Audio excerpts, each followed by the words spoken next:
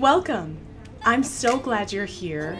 My name is Marielle Lillardi, and I'm an on-staff mindfulness coach with Sound Medical Weight Loss and Aesthetics. Joining the Sound Medical Weight Loss and Aesthetics community means you're ready to transform inside and out. I wanted to take some time today to talk about one of the pillars of our weight loss program, mindfulness. I'll share an overview of what mindfulness is, what the research says, how to get started, and share more resources at the end. But first, let me share more about my story. I was actually a patient first with Sound Medical Weight Loss and Aesthetics. Having lost more than 60 pounds with the program, one of the questions I had to ask myself during the weight loss phase was, what are my habits and beliefs about food, working out, and self-care? And in what ways do I want those beliefs and habits to change? You see, I realized that I was treating food as a reward, as a celebration even. And I thought of working out as a punishment. And self-care, well, that was non-existent because I had this belief that it was selfish, greedy even. And so many of these beliefs simply came from ingrained habits for me. Just the sheer repetition of beliefs about food, physical movement, and self-care happening in the same way over and over for me. But just because something's a deeply ingrained belief about food or movement or anything else, it doesn't mean that we can't question it or change it. And that's where mindfulness really changes the game.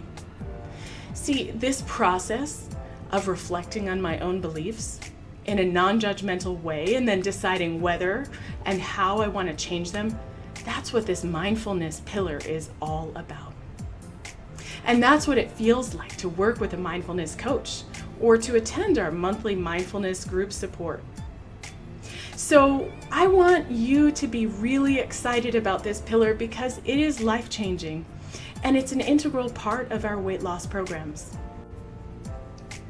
As you've already learned, Sound Medical Weight Loss and Aesthetics doesn't treat weight loss as a quick fix with drastic measures. We know this is a multifactorial process, which is why your program touches on each of the following pillars: nutrition, movement, mindfulness, and holistic health.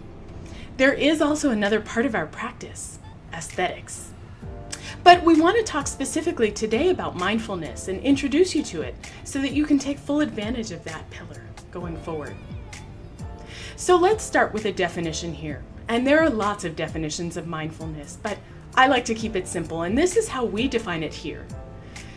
Mindfulness is simply the act of being in the here and now. And even if you're not familiar with the term mindfulness, you will have experienced it at least a few times in your life. And it's like those little times of truly experiencing the present moment. And maybe you've gone to visit a waterfall or a spectacular body of water in the past and have been moved by it. It's that feeling of fully feeling the salty air on your skin, being totally immersed by the sound of rushing water, noticing the goosebumps on your skin, the mist hitting you. Your mind isn't wandering, you're just completely and fully present in the here and now. And that level of presence is available to you and accessible elsewhere in life, not just when you're beneath an awe-inspiring waterfall, but also while we're taking a shower, for example, or experiencing a difficult emotion, even chopping vegetables. And you might be asking why. Why is mindfulness, why is being present so important? Here's what the scientific research says. It's because of what it does to our brain. So the scientific research has shown that mindfulness actually physically changes the volume of our brains in areas that are responsible for emotional regulation, for example, mind wandering, and self-control. We can see why emotional regulation, mind wandering, and self-control could be beneficial when we're going through any big life journey with giant goals such as losing weight and achieving optimal health. For example, If we want to reduce mind wandering, quiet the monkey mind is another way of saying that. That could really help us with pulling out of that vicious cycle that we call it of preoccupation with food. Or, for example, emotional regulation could really help us with addictions and cravings, those of us who really have challenges with that around food. And emotional regulation also is helpful for those of us who happen to be emotional eaters. So we can see why this is so critical in a journey toward optimal health and weight loss. And although mindfulness can be considered simple, I said that definition is simple, right? It's just being present rather than letting the mind wander to the future or toward the past. Still, there's more to it, right? It can be broken down into 3 parts, and I want to go through those 3 parts with you. So let's do that now. Here's what they are. Part 1 is awareness. So this is the first stage of mindfulness.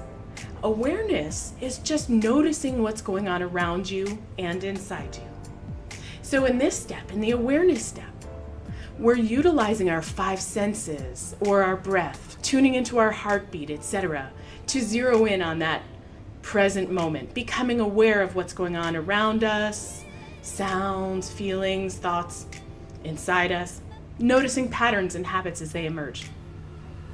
That's the awareness, that first step.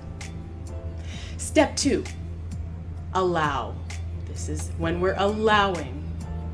Another way to say this is not judging, non-judgment. What we're doing here is we're not recoiling from the things that we have just become aware of.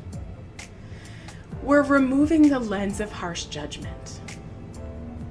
So whatever we've just noticed in step 1, there can sometimes be the tendency for those of us who are perfectionists, type A, those of us who have become used to judging ourselves harshly, to judge ourselves harshly. And this can be one of the hardest steps for us all. But what I want us to do is to find some self-compassion or compassion for others, depending on what we're noticing in this step. Remembering that this process is part of self-care. It's not meant to chastise or punish us, right? It's just meant to help us. And so step 1, we have noticed, we have become aware. And step 2, we are allowing. We are allowing whatever we've become aware of to be. We're not judging it or pushing it away. And finally, we've hit step 3. This step is called respond. The best way to understand this step is to understand what it's not. It's not a reaction. We're not immediately reacting to what we have noticed. And so what we're doing is we're asking ourselves here, what is it that I most deeply want or need? So this can be longer term responses, longer term changes to habits, finding support, etc. So having a full-fledged response to what we've noticed, rather than just having a knee-jerk reaction to what we've noticed and judging it. So I'll give you an example here on how to use these 3 steps and what it might look like in real life.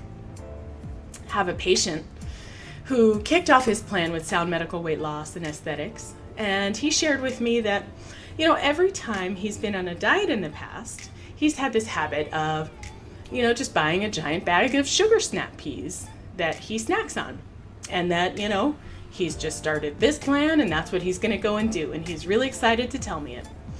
And I asked him, well, hang on a second, why? What purpose does that bag of sugar snap peas serve? And why are you going to go and do that this time as well? And he paused and he looked at me and he said, well, they're just something to mindlessly snack on to keep my mouth busy. And so I asked him to do this mindfulness exercise, to go through each of those steps, to notice, to allow, and then to respond. Next time he finds himself doing this mindless munching on the sugar snap peas, to instead of doing it mindlessly, do it mindfully. And this is what he said he experienced. I'll go through each step with you. Step 1, awareness, noticing. he said he went from not even noticing that he was eating the sugar snap peas because he was doing it automatically, just grabbing them from the bag and putting them in his mouth while also working on his laptop, to actually looking at each one as he was pulling them from the bag. He wasn't working simultaneously. And he'd noticed the sound of the crunch. He also noticed how cold they were because they were coming from the refrigerator. And he also noticed the explosion of sweet flavor in his mouth. He hadn't noticed how sweet they were before. So that was the step one, awareness. And then after eating quite a few, he still reached for a few more. And he was wondering, hey, what are my hands doing here? Because his mouth and his stomach really didn't want any more. And his mind started to produce these judgmental thoughts like, wow, look at how I'm just shoveling in these sugar snap peas into my mouth. And then he remembered, no, wait, I must just allow myself to notice what I'm doing, to not recoil from what I'm noticing.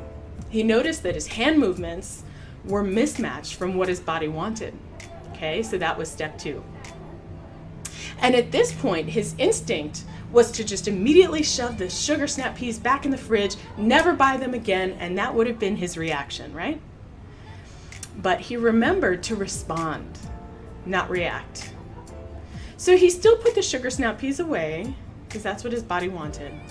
But he knew what he needed even more was to actually deeply develop his mindfulness toolbox.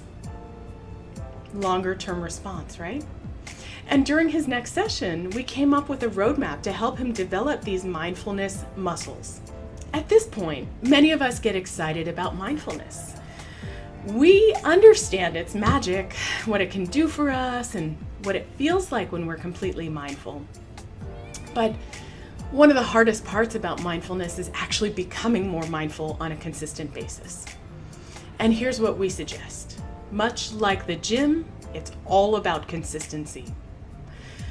And here's the basic foundation of mindfulness. Just daily practice of 5 to 15 minutes. Here are 2 tips. One is to work up to that. Work up to the daily practice of 5 to 15 minutes. If you have no daily practice, don't go straight to 5 to 15 minutes every day. So work up to both daily and work up to 5 to 15 minutes. So if you're doing nothing now, I might suggest 2 to 3 days a week of 2 to 3 minutes a day. And you can go from there. You can build it. So start with that and then hit that for 2 to 3 weeks and then build from there. The other tip I would give you is that there are many types of mindfulness modalities. And so if one is just not resonating with you, try a different one. Don't get stuck on just one. I do suggest that you try and give each modality at least 2 to 3 weeks to see if it resonates with you, and don't only try things once, right? Some of the modalities that we recommend are meditation, really high on our list, very effective. It's been scientifically studied to be extremely effective in terms of mindfulness benefits. Breathwork, of course, is another one. Mindful eating, we highly recommend that. Yoga, beautiful mindfulness modality. Tai Chi, even Zentangle, a type of mindfulness drawing. There are lots. We've published a number of blog posts on our Sound Medical Weight Loss blog on this. You can just Google for it as well. Give these things a try. Let's talk about next steps and resources. First, identify how you'll incorporate mindfulness into your life by coming up with that goal.